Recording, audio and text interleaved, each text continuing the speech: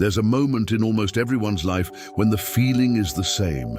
It seems like nobody believes in you. The people around you doubt you, downplay your plans, treat your ideas as exaggeration or even naivete. Maybe you felt this way. You start thinking differently, wanting something bigger, and suddenly you realize that the environment around you doesn't share that vision. And here's something curious that almost nobody dares to say. Often when nobody believes in you, that might be exactly the sign that you're on the right track. Machiavelli deeply understood this type of situation because he studied real-life politics, not the idealized version that people like to repeat. He observed that those who truly master difficult situations are not the most loved nor the most accepted. They are those who understand how people really think, how power really works, and how to use every circumstance to their advantage. Most people try to win through brute force, arguing, trying to convince everyone, or seeking collective approval. But this strategy rarely works, because the world isn't guided solely by logic or justice. It's guided by perception, influence, and real human nature. And this is precisely where a powerful question arises. How can someone dominate any situation when the entire environment seems to doubt them? The answer isn't in shouting louder or proving something to everyone. The answer lies in strategy. In understanding when to speak, when to disappear, when to observe, and when to act. Throughout history, great strategists have discovered something fundamental. Those who master their own minds and understand human behavior gain a gigantic advantage in the game of life. And that's exactly what you're going to understand here. Because mastering difficult situations isn't a gift reserved for a select few. It's a skill that can be learned step by step when you begin to see the world as great strategists have always seen it. If something inside you awakened while listening, don't ignore that feeling. This channel isn't about videos, it's about memories. Remember who you were before the fear, before the exhaustion, before the silence. Each new video here is a different reflection of your own soul, an invitation to understand what the world never taught you. The power you seek outside has always been within you. If you feel that this journey speaks to what lives silently within you, sign up now. Not to follow yet another creator, but to reconnect with something the world tried to make you forget. Because here, every word was made to heal, each reflection to awaken, and each video serves as a reminder. You are not alone on the path back to yourself. Click on subscribe and turn the algorithm into a daily reminder of who you really are. There are moments in a man's life when the surrounding silence begins to grow. It's not a peaceful silence. It's a strange, heavy, almost uncomfortable silence. People who were once nearby begin to distance themselves. Conversations change tone. Glances become averted. Many interpret this as rejection, but a strategist learns to look at it from another angle. When someone truly begins to grow in vision, discipline, and ambition, they begin to bother those who have chosen to remain still. It's the old phenomenon of the crab bucket mentality. When one tries to climb, the others pull them back down. Machiavelli observed this centuries ago when analyzing real, not idealized, human nature. Politics guided by reality, not ideals, teaches that people react to what threatens their comfortable position. It's not pure malice. Often it's fear. Imagine a group of friends accustomed to complaining about life every day. If one of them starts studying, investing in themselves, perhaps reading works like The Prince, Think and Grow Rich, or even studying basic economics, suddenly they become an uncomfortable mirror. His progress exposes the stagnation of others, and nobody likes to face that reflection. The curious thing is that isolation almost always comes before recognition. It's like an invisible test of life. Think of entrepreneurs who started alone. Steve Jobs being fired from his own company, Elon Musk almost bankrupting SpaceX, or even writers like Robert Greene facing years of anonymity before their ideas gain traction. In the beginning, the group usually reacts with irony. "Oh, now you want to be different?" This phrase appears more often than you imagine. And here comes one of the coldest principles of human strategy. It's better to be feared than loved, but never hated. In other words, there's no need to directly confront the group. True virtue, that combination of courage and strategic intelligence, lies in understanding the social game. Those who make decisions based on real human nature quickly realize that collective approval is a cheap currency. If everyone agrees with you all the time, perhaps you're not making much progress.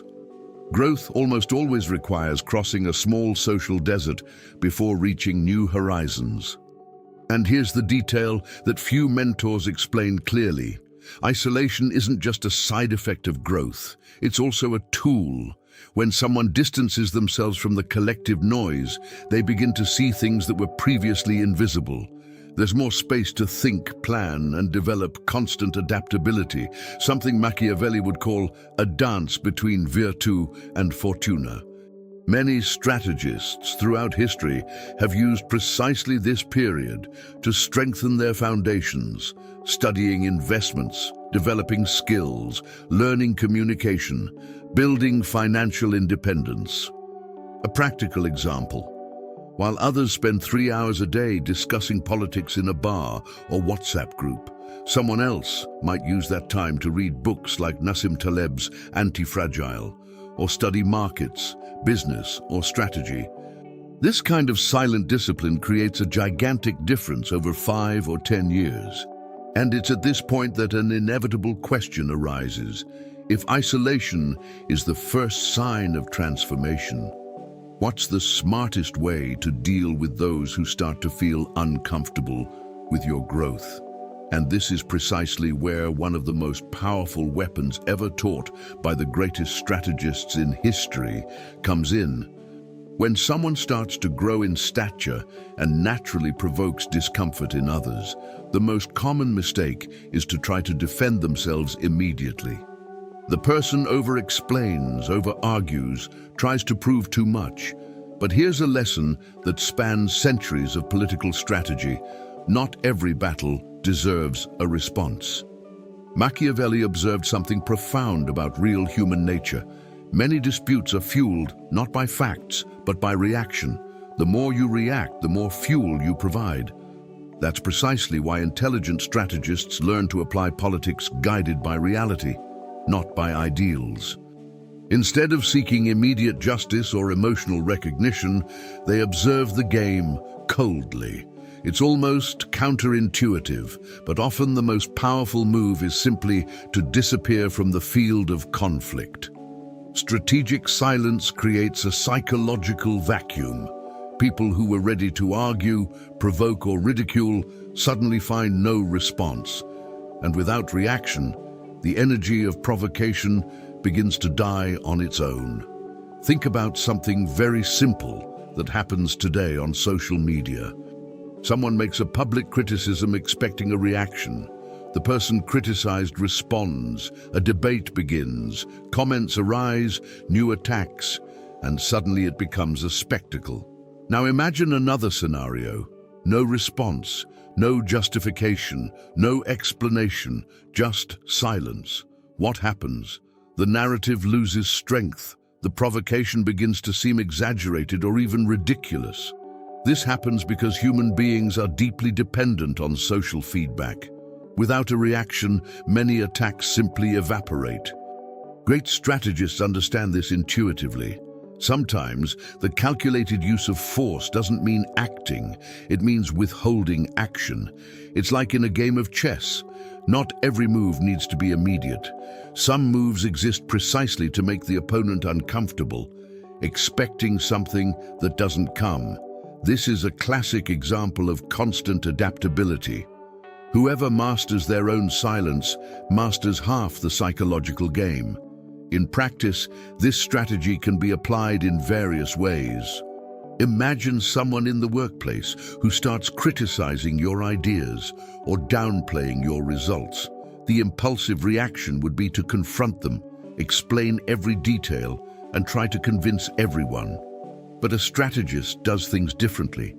They reduce their exposure, speak less, work more, and direct their energy toward concrete results. While others argue, they build. While others provoke, they observe. This type of posture creates something powerful, a silent reputation. Gradually, people begin to realize that this individual doesn't react emotionally to the chaos, and this awakens something curious: respect. Because those who cannot be emotionally manipulated become unpredictable, and unpredictability breeds caution. It is precisely at this point that a new dimension of human strategy begins to emerge, one that involves something even more sophisticated than simply remaining silent. Because sometimes, in addition to remaining silent, the true strategist also learns to conceal their own intentions. There is a huge difference between being weak and appearing weak. Most people don't realize this, but strategists throughout history have understood this principle with almost surgical clarity. Machiavelli spoke extensively about the appearance of virtue, the ability to project one image while the mind works in another direction. One of the most fascinating examples comes from ancient Rome, Lucius Junius Brutus. For years he pretended to be foolish, harmless, almost irrelevant. Many believed he was simply a man without ambition. But that wasn't weakness, it was pure strategy. Brutus deeply understood politics guided by reality, not ideals. He knew that, in environments dominated by power and envy, whoever seems too dangerous becomes an immediate target. So he did something brilliant. He became invisible to the enemy. While others competed for prominence, he observed. While others fought for status, he accumulated understanding. This posture reveals a lesson that few learn early on.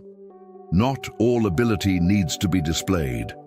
Today, this strategy appears in various modern contexts. Imagine someone entering a new professional environment, a company, a project, or even a social circle. Many try to immediately prove they are the smartest in the room. They interrupt, correct, and show off their knowledge all the time. But a strategist does the opposite. They listen more than they speak. They observe behavioral patterns. They identify who truly has power and who is just making noise. This type of posture is not passivity, it's data collection. Instead of wasting energy trying to appear superior, they invest in understanding the game. Anyone who has read Robert Greene's The 48 Laws of Power quickly recognizes this principle. Never reveal too much of your intentions. Because when people know exactly what you want, they start preparing against you. True virtue often lies in the ability to act without announcing the move. Like in a game of chess, where the best attack is often the one the opponent only notices when it's too late. In practice, this means developing something rare in the modern world: strategic discretion. It's not about hiding who you are, but controlling when and how your cards are revealed. Imagine someone building a personal project, a business, an investment, or even a career change. Instead of announcing every step to everyone around them, this person works quietly. They study, test ideas, save money, learn new skills. When the result appears, it seems sudden, but in reality, it was the fruit of silent preparation. This behavior reflects a deep understanding of real human nature. People tend to react against what they perceive as a direct threat. By reducing this perception, you gain time, and time is one of the most valuable resources in any strategy. This is the constant dance between virtù and fortuna, acting intelligently while the world believes nothing is happening. But this posture also reveals something curious. When you observe silently for long enough, you begin to notice something unexpected. The very attacks and criticisms from others begin to reveal exactly where their weaknesses lie. And that's where a powerful idea comes in, one that few strategists truly explore. There's a curious moment in the journey of anyone who begins to grow. The attacks appear. Criticism, ironic comments, judgments disguised as advice. All of this arises almost as an inevitable ritual. Most people react emotionally, try to prove they're right, or worse, give up. But strategists see something different in this. They understand that criticism is data. And data, when analyzed coldly, transforms into an advantage. This idea was explored in depth by Nassim Taleb in the concept of anti-fragility, systems that not only withstand shock, but improve because of it. Machiavelli, centuries earlier, already intuited something similar when studying rulers and wars. He advocated decisions based on real human nature, not on comfortable illusions. This means accepting that opposition, envy, and criticism are part of the game of growth. Those who understand this begin to look at attacks with strategic curiosity. What exactly does this reveal about me? Consider a very simple example. Imagine someone who starts posting ideas or projects online, perhaps a business, a channel, or a stronger stance on a particular topic. The first criticisms appear quickly. This won't work. You don't understand any of this. This has already been done before. The impulsive reaction would be to stop or try to convince everyone. But a strategist does something smarter. They observe the patterns in the criticisms. Some are just emotional noise, but others contain valuable clues. Perhaps the communication isn't clear, perhaps the positioning is confusing, perhaps the product needs improvement. In other words, the detractors end up revealing weaknesses that polite friends would never point out. It's almost like a stress test applied to your idea. In the world of investments, something similar happens. When a company faces a crisis, structural problems appear. And those who understand this use the situation to strengthen the system. This is the essence of anti-fragility, growing with the impact. In practical life, this mindset completely changes how someone views opposition. Instead of wasting energy trying to please everyone, the person begins to use criticism as a refinement tool. An entrepreneur can analyze negative comments to improve their product. A communicator can observe attacks to adjust their message. A professional can transform rejections into strategic learning. This posture requires something Machiavelli would call virtù, a mixture of psychological courage and tactical intelligence. Because those who live seeking approval never manage to use conflict as a tool. But those who accept the game of reality learn to use even attack as fuel. That's why great strategists rarely collapse in the face of opposition. They analyze, adjust, and keep moving forward. And over time, they realize something even more interesting. Often, the adversaries themselves reveal fissures within the group that attacks them. And when someone starts to observe these cracks closely, one of the oldest and most effective strategies in the history of power emerges. One of the biggest illusions people have when facing opposition is imagining that the opposing group is solid, united, and invincible. But those who observe human nature attentively, as Machiavelli did when analyzing political conflicts, quickly realize something interesting. Groups are rarely as cohesive as they seem. Behind the appearance of unity, there are always different interests, ego, ambition, and small, silent rivalries. Politics, guided by reality, not by ideals, teaches exactly this. Human alliances are often fragile. That is why, throughout history, strategists have preferred to dismantle adversaries internally rather than confront them directly. When a group tries to overthrow someone, there is almost always a loose brick within it. Someone dissatisfied, someone underestimated, someone who does not receive enough recognition. Identifying this fissure requires patience and observation, not impulsiveness. And that is precisely why the strategic silence of the previous topic becomes so powerful. Those who observe in silence begin to see these small cracks that most ignore. Imagine a common scenario in professional environments. A group of colleagues begins to criticize someone behind their back, question their decisions, or downplay their results. To someone reacting emotionally, this seems like a collective attack. But a strategist does something different. They observe the internal dynamics. Who talks the most? Who merely agrees? Who seems uncomfortable? Often there's one person in the group who's there only out of convenience or social pressure. This is the famous loose end. Instead of confronting everyone, the strategist creates selective bridges. It could be a casual conversation, collaboration on a project, or simply acknowledging that person's value in public. Small gestures change entire dynamics.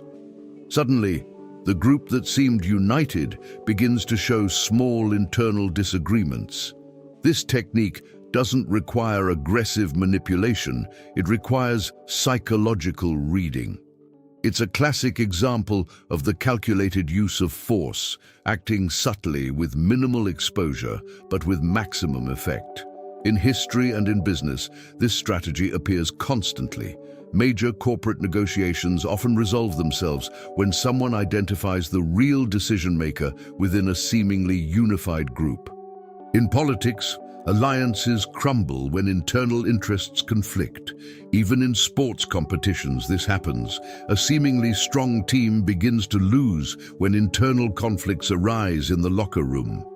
All of this reveals a fundamental principle of real human nature. Total cohesion is rare. Those who learn to observe these fissures gain a huge strategic advantage. But there is an even more powerful detail. The more independent someone becomes, the less impact these external disputes have on their trajectory. Because the moment a person eliminates their dependencies, the group's power of control simply disappears. And that's precisely where true personal sovereignty begins. There comes a point in the life of anyone who decides to truly grow when they realize something almost uncomfortable. Many relationships that seem strong are, in fact, based on dependency. Emotional dependency, financial dependency, intellectual dependency. And while these dependencies exist, the power of decision is never completely yours. Machiavelli spoke extensively about this when discussing political power. He said that rulers who depend on borrowed armies or unstable allies end up being controlled by them. The logic is exactly the same in personal life. Those who depend too much on the group constantly need to negotiate their own freedom. That's why one of the most profound strategies is to build what we can call sovereign self-sufficiency. This doesn't mean living isolated from the world, but eliminating the points where other people can pressure you. It's the practical application of politics guided by reality, not ideals, understanding that real independence requires structure. Start with the financial dimension, which is usually the most concrete. Imagine someone who is completely dependent on a salary from a single environment that disrespects or limits them. This person will hardly be able to act with strategic freedom. Now compare that to someone who has built alternative sources of income, investments, side businesses, or skills that allow them to work independently. Books like The Richest Man in Babylon or Rich Dad, Poor Dad explain this asset-building mindset well. It's not about immediate wealth, but about reducing vulnerability. A simple example: regularly investing in solid assets like global ETFs, for example VT or IVV, studying financial education, or developing digital skills that can generate online income. When someone builds this foundation with discipline, something changes internally. The person begins to realize that their position in the world does not depend on the immediate approval of a specific group. But self-sufficiency isn't just financial. There's also emotional and intellectual independence. Many people are manipulated because they constantly need validation from others. When someone develops inner clarity through reading, reflecting, studying philosophy, strategy, and human behavior, this dependence drastically diminishes. Works like Marcus Aurelius's Meditations or Nassim Taleb's Anti-Fragile help build this kind of mindset. Gradually, the person begins to make decisions based on real human nature and not on momentary social pressures. This is where true virtù begins to appear. The ability to act firmly, even when the environment doesn't offer approval. And it's curious to observe the effect this has on the social world. When someone can't be easily controlled, the behavior of others changes. Some distance themselves, others begin to respect them. But there's also something inevitable. Those who previously tried to limit you begin to observe from afar, waiting for some reaction. And it is precisely at this moment that a delicate question arises. What do you do when those who tried to bring you down finally see you prosper? There's a very particular moment in the journey of someone who has chosen to grow in silence. After years of working, learning, adjusting strategies, and developing their own sovereign self-sufficiency, the results begin to appear. And it's at this point that many make a classic mistake. They try to retaliate against past attacks. They want to prove something, confront people, show that they were right.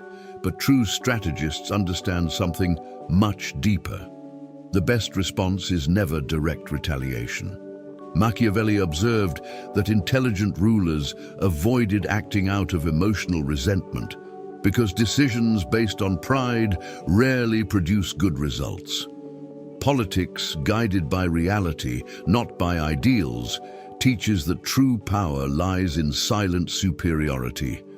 Not in winning an argument, but in building a life so solid that the argument becomes irrelevant. It's the principle that many call the most elegant revenge: to prosper. A powerful example of this mindset appears in the famous story of the Count of Monte Cristo, a character by Alexandre Dumas. Betrayed, unjustly imprisoned, and abandoned by all, Edmond Dantès could have spent his life trying to prove his innocence or begging for recognition. Instead, he did something different. He used his time in isolation to study, learn, and build real power. When he returned to the world, he was no longer the same person. He didn't need to argue with his enemies. His new position spoke for itself. This story continues to fascinate readers because it reveals a profound psychological principle. When someone achieves true autonomy, the need for approval disappears. In the real world, we see something similar with entrepreneurs who were ridiculed at the beginning and then transformed improbable ideas into gigantic businesses.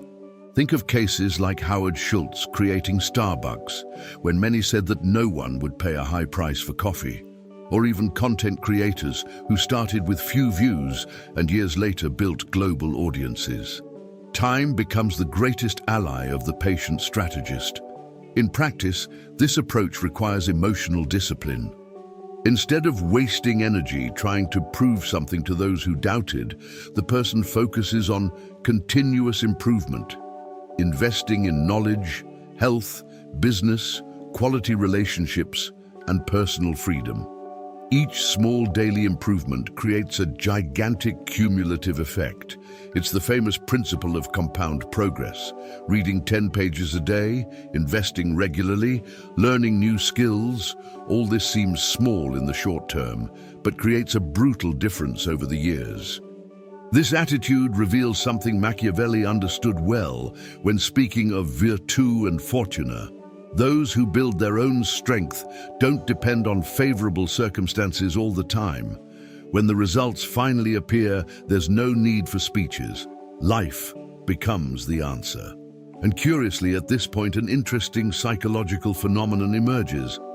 Some people who previously criticized are beginning to see things differently. And while some continue to resist, others are beginning to come closer again.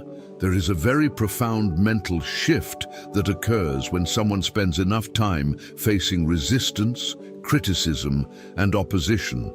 Initially, the natural tendency is to see all of this as an obstacle, almost as if the world were conspiring against you. But some thinkers perceive something different by observing reality more calmly. Among them was Friedrich Nietzsche, who popularized a powerful expression, amor fati, that is, loving one's own fate. Not just accepting what happens, but embracing each challenge as a necessary part of one's own construction. Interestingly, this idea resonates strongly with Machiavelli's strategic thinking. When he spoke of virtù and fortuna, he was describing precisely this dance between human capacity and external circumstances. Fortune, destiny, unpredictable events will always blow different winds. What defines who wins or loses is the ability to adapt the sails. That is why politics guided by reality, not by ideals, demands something rare: to stop fighting against events and start using them as fuel. Think of any journey that has truly left its mark on the world. There's almost always a period of intense adversity. Oprah Winfrey faced rejection and poverty before building a media empire. Michael Jordan was cut from his basketball team in his youth. Even scientists and inventors faced repeated failures before achieving important discoveries. The point here isn't to romanticize suffering, but to understand its strategic value. When someone learns to extract lessons from each obstacle, something powerful happens. Adversity ceases to be destructive and becomes formative. It's precisely the principle of anti-fragility coming back into play. Every criticism, every rejection, and every closed door can reveal better paths. A practical example: someone who receives several rejections in job interviews can use this as a diagnosis. Perhaps they need to improve communication, learn new skills, or expand their network. Instead of interpreting rejection as a final sentence, it becomes seen as feedback from the system. This shift in mindset completely transforms one's relationship with the world. Instead of asking, "Why did this happen to me?" the person begins to ask, "How can this strengthen me?" This simple psychological shift changes everything. Suddenly, even enemies are seen differently. Not as permanent obstacles, but as forces that help create support, like the wind that allows a plane to take off. Without resistance, there is no altitude. This perspective creates a very powerful strategic calm. Those who truly embrace amor fati develop a serenity that is difficult to shake, because they know that each phase of the journey has a purpose, even when it is not yet possible to see completely. And over time, something curious begins to happen. When success finally arrives, some people from the past begin to reappear. And not all of them come with the same intentions as before. There's a scene that silently repeats itself in many stories of ascension.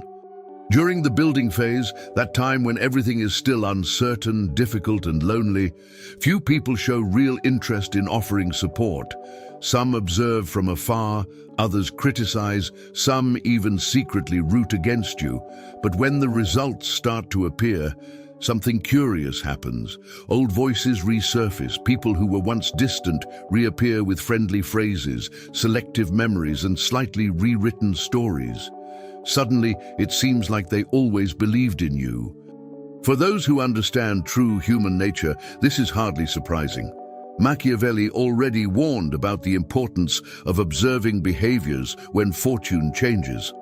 Politics guided by reality, not ideals, teaches that many human bonds are influenced by power, status, and perceived usefulness. This isn't cynicism, it's lucidity. This doesn't mean all approaches are false, but it does mean that wisdom requires memory. Strategists don't live trapped in resentment, but neither do they erase the data of their own experience. Think of professional or social environments where someone was ignored for years and after achieving some success, begins to receive unexpected invitations for partnerships, events, or projects. The temptation might be to open all doors quickly, seeking belated validation.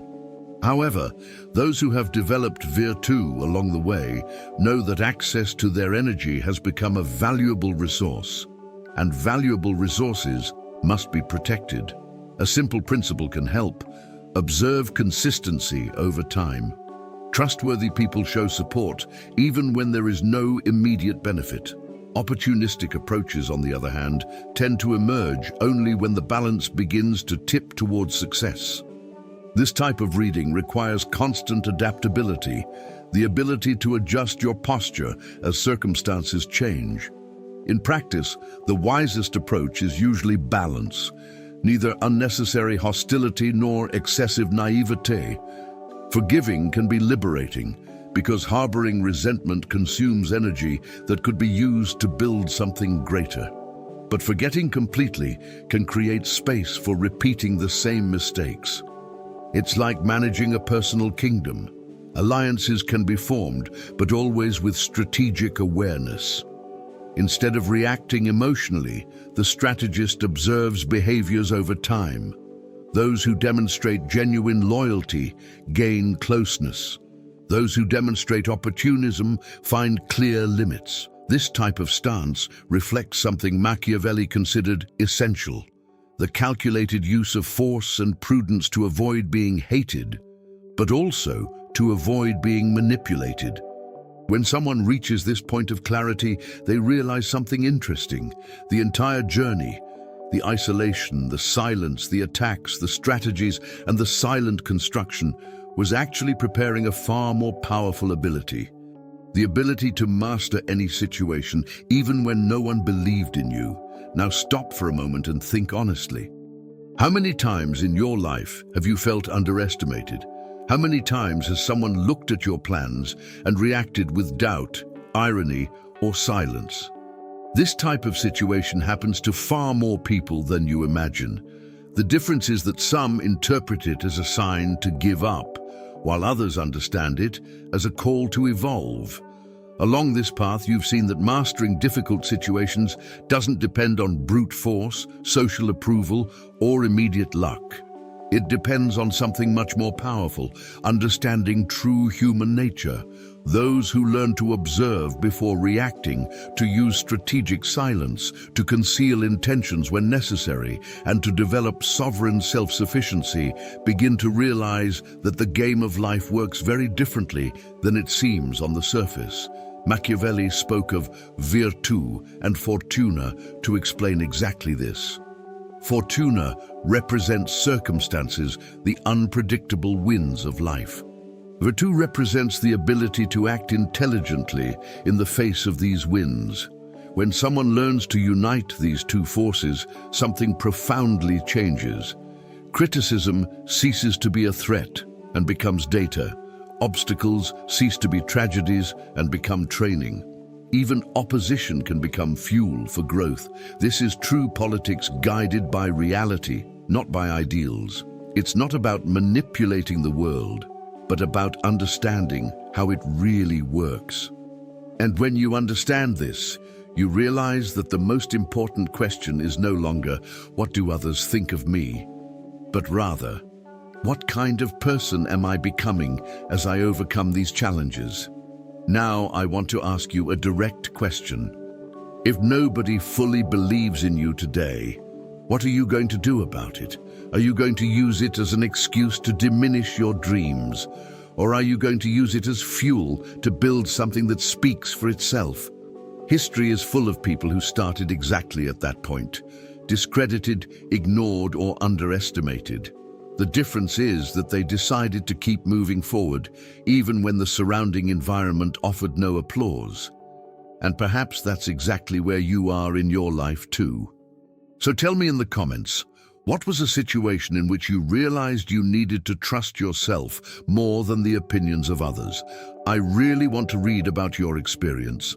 And if you want to continue learning strategies like these, about personal power, reading human nature, and how to master difficult situations, subscribe to the channel and turn on notifications.